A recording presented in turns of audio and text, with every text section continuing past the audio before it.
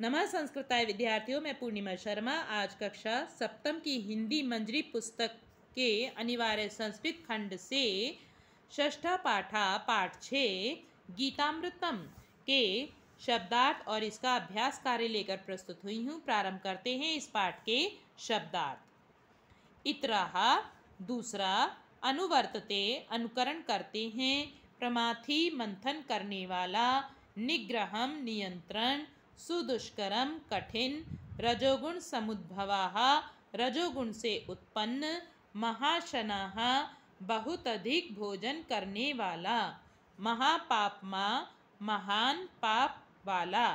यह इसका दूसरा अर्थ है पाप करने वाला। विदध्येनम मिहि, विदद्धि प्लस एनम प्लस इहि, ये इसका अर्थ है।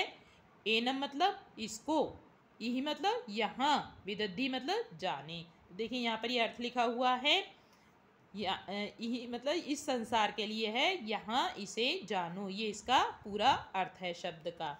माँ शुचाः शोक मत करो। अभ्यास है, प्रश्न नंबर 1 है। आपको यहाँ पर इसका उच्चारण करने के साथ साथ इसको लिखने का भी अभ्यास करना चाहिए।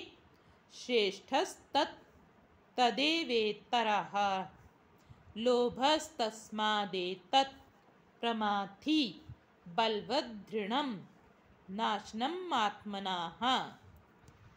अब इसका अगला प्रश्न है अभ्यास कार्य में, प्रश्न नंबर 2।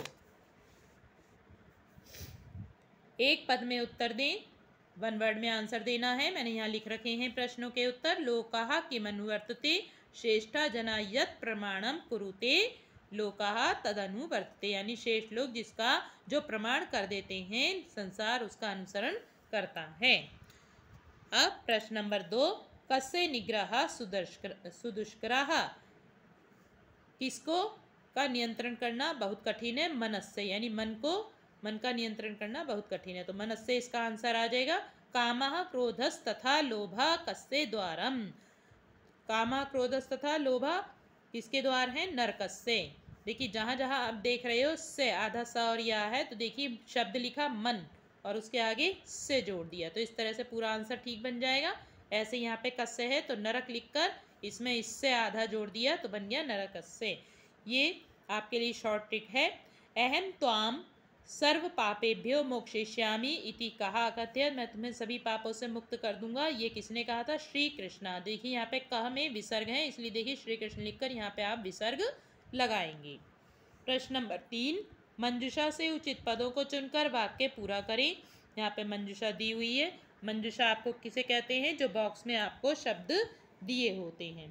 पहला है श्रेष्ठा जनः यथा आचरति तथैव जनः आचरति, उससे इतर, इतर मतलब अभी मैंने आपको शब्दार्थ में बताया था, दूसरा आचरण करते हैं। तो देखिए यहाँ पे शब्दार्थ दिए हुए हैं। इतराह यहाँ पे भर दिया है मैंने, हे कृष्ण मन चंचलम, मन कैसा है, चंचल है, तो देखिए चंचलम लिख दिया है। कामः क्रोधः लोभः च त्रिविधम किसके द्वार बताए गए थे, नरकस्य। कृष्णा अवदत हे अर्जुन माम एकम, अब देखिए एक ही बचा है यहाँ पे शरणम, तो यहाँ पे शरणम भर देंगे। आपको रिक्त स्थान भरने के लिए आपको 1-2 भी इसमें सही आंसर आते हैं तो आप बाकी इसको आराम से भर सकते हैं।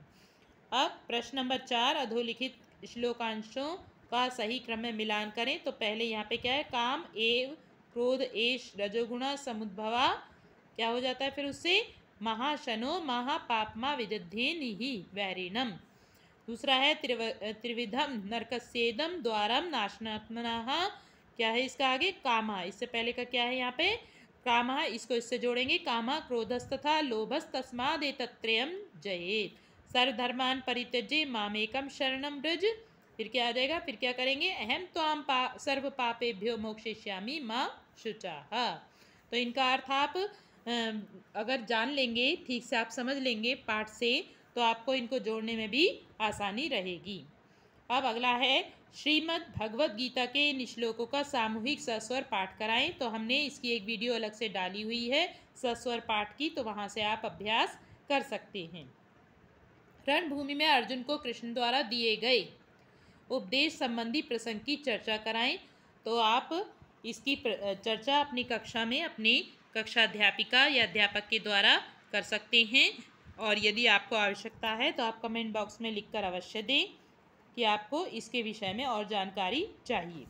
अब अगला है सूक्ति। आपके हर पाठ के अंत में एक सूक्ति होती है। क्या है सूक्ति?